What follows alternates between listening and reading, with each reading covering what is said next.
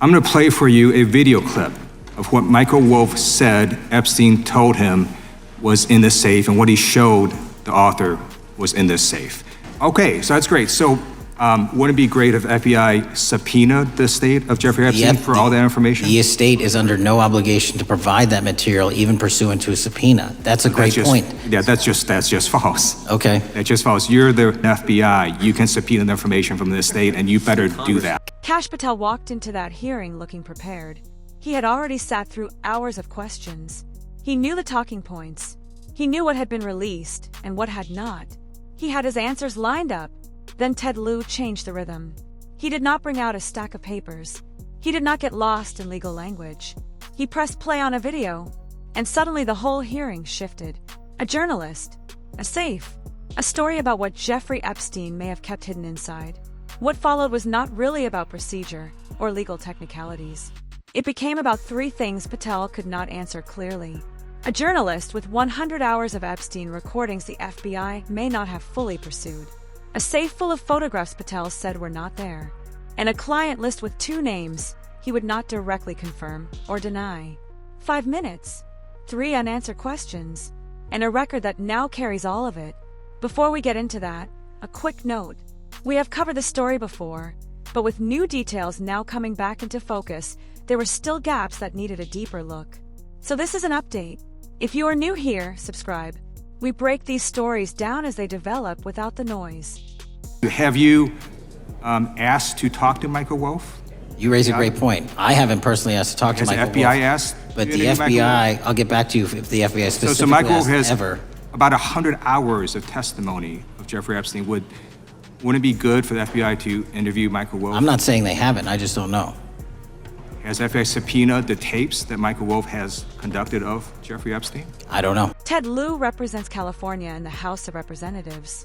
Before entering politics, he served as a JAG officer in the United States Air Force, working as a military lawyer in a system where evasive answers do not get very far. He later rose to the rank of colonel in the Air Force Reserve before retiring in 2021. He holds degrees from Stanford and Georgetown Law. He serves on the House Judiciary Committee, which is where this exchange took place during Patel's second consecutive day of congressional testimony. That background matters. Lieu is not the kind of politician asking broad oversight questions and hoping for a viral clip. He is someone who has spent years in rooms where the person across the table is expected to know the facts of their own case. So when Patel said he did not know something, Lieu heard that as a serious problem. He started with the basics. The FBI searched Jeffrey Epstein's Manhattan residence in 2019, Patel confirmed. Among the items found was a safe. Patel said he did not have the evidence catalog in front of him. Think about that for a second. The director of the FBI is testifying about one of the most publicly discussed cases under his oversight, and he does not have the evidence catalog in front of him. Lieu pressed further. The FBI found a safe. Correct. Patel did not give a direct yes. He said he would accept Lieu's representation. Not a confirmation, not a clear answer, just a refusal to challenge the congressman's version of his own agency's evidence. Inside that safe, agents reportedly discovered photographs. Patel gave the same kind of answer. I'll accept your representation. I don't know. Lieu made the point plainly. This was not some hidden detail buried in obscurity. It had been reported at the time. The New York Times covered it on July 8, 2019. A trove of photographs had been found in a safe at Epstein's Manhattan mansion as part of the charges filed that year. This was public record, front-page news, and yet the FBI director said he did not know. That pattern of "I'll accept your representation" revealed something important before Lieu even reached his main questions. Because when the director of the FBI starts relying on a congressman to describe his own agency's evidence, it suggests one of 2 things. Either he had not reviewed the case closely enough, or he did not want to say what he knew on the record. Either way, it set the tone. And Lieu was just getting started. He then brought in Michael Wolff. Wolff is one of the most recognizable journalists in Washington, best known for Fire and Fury and for chronicling the first Trump White House. But in this context, he is important for a different reason. By his own account, he spent more time with Jeffrey Epstein than almost anyone else in the press. Wolff says he conducted about 100 hours of interviews with Epstein over several years. He has already released portions of those recordings publicly, In one of them, Epstein describes Donald Trump as his closest friend for a decade. Lieu played a clip in which Wolf described a specific moment from his time with Epstein, when Epstein supposedly went to his safe, pulled out a series of photographs, and spread them out like playing cards. Lieu paused the clip and then asked Patel a direct question. Are there any photographs showing Donald Trump with people connected to Epstein's operation? Patel said no. Lieu then asked how he knew. Patel responded that this kind of material would have been brought out by multiple administrations and FBI investigators over the past 20 years. Lieu stopped him right there. That is just not true, he said. No one knew about the birthday message Trump reportedly sent Epstein until the Wall Street Journal reported it. And once it surfaced, it came from the Epstein estate, not from the FBI. Patel acknowledged the point. You raise a great point, he said. That mattered, because Patel had just made the argument that 2 decades of investigations would have surfaced anything important. Lieu then gave him an example of significant material that had not come from the FBI at all, but from outside reporting and estate disclosure. And Patel agreed. That is not the response of someone projecting complete confidence in his agency's review. It is the response of someone who just had his own argument turned back on him and chose not to fight it. Lieu then moved to the tapes. Wolf has said publicly that he holds about 100 hours of recorded interviews with Epstein. These were not secret files hidden away in a vault. They were journalist interviews conducted over several years. Wolf has already released portions publicly. Major news organizations have reported on them. In November 2024, Wolf released a recording in which Epstein described Trump as his closest friend for a decade. These tapes are not obscure. They are known, discussed, and reported on. More importantly, they represent one of the most extensive on-the-record records of Epstein's world outside the FBI's own files. Lieu asked Patel directly, has the FBI subpoenaed the tapes that Michael Wolff conducted with Jeffrey Epstein? Patel said he did not know. Lieu kept pressing. Would it be good for the FBI to interview Michael Wolff? Patel said he could not say they had not already done so.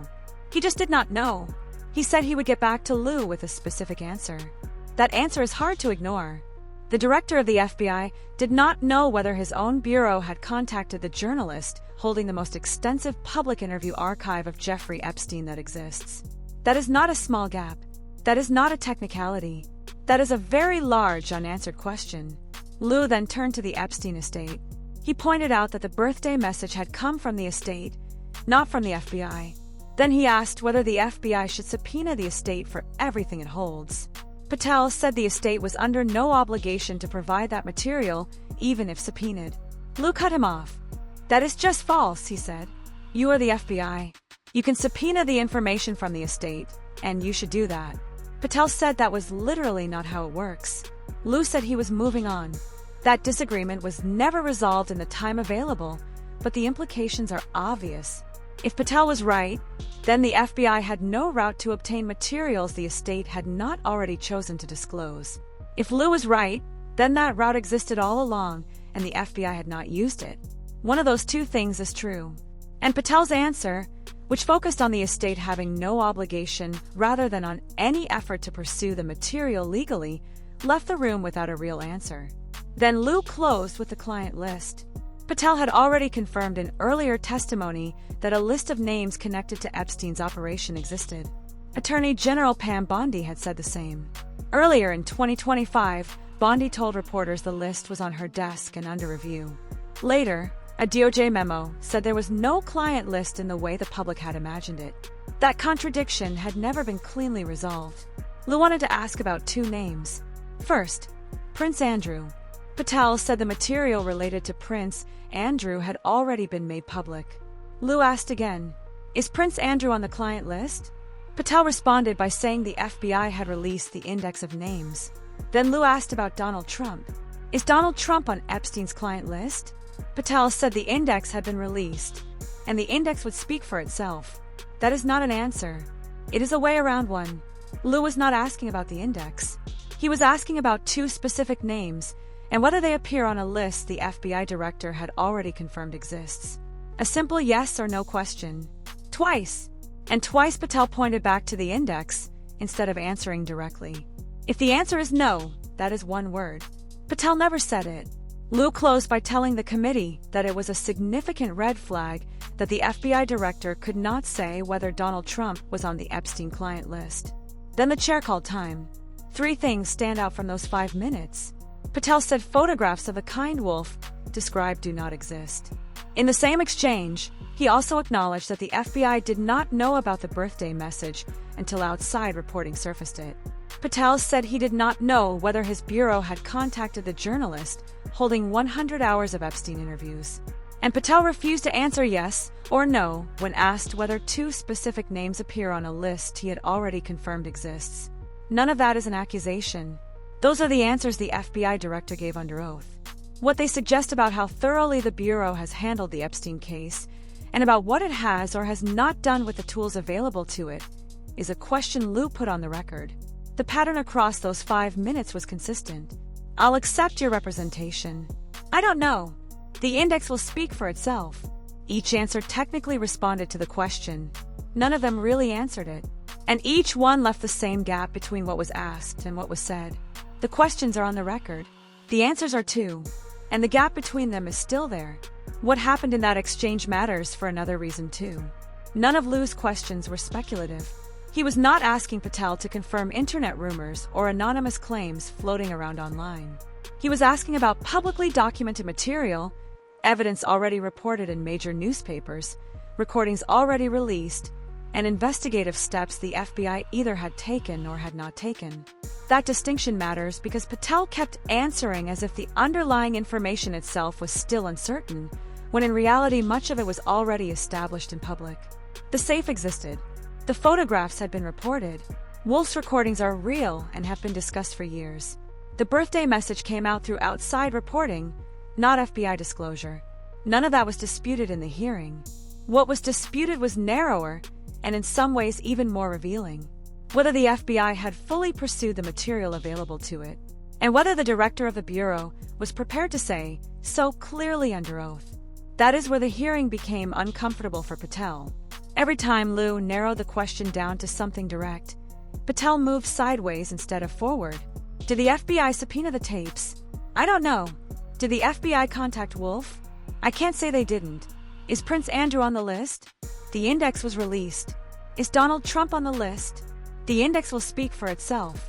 Those are not denials, but they are not confirmations either. They are answers designed to stay outside both categories. And in congressional testimony, people noticed that immediately, especially someone like Lieu, whose entire line of questioning was built around forcing clarity one step at a time. That is why the exchange escalated the way it did. Not because voices were raised, not because anyone lost control, but because the more direct the questions became, the less direct the answers became. By the end of those 5 minutes, the hearing was no longer just about Epstein. It had become a test of credibility. Could the FBI director clearly explain what his bureau had done, what it had reviewed, and what evidence it actually possessed in one of the most scrutinized investigations in recent memory? Patel never fully established that confidence during the exchange. And that is why those 5 minutes spread so quickly afterward. Not because they revealed a smoking gun. They did not. But because they exposed something Washington understands very well.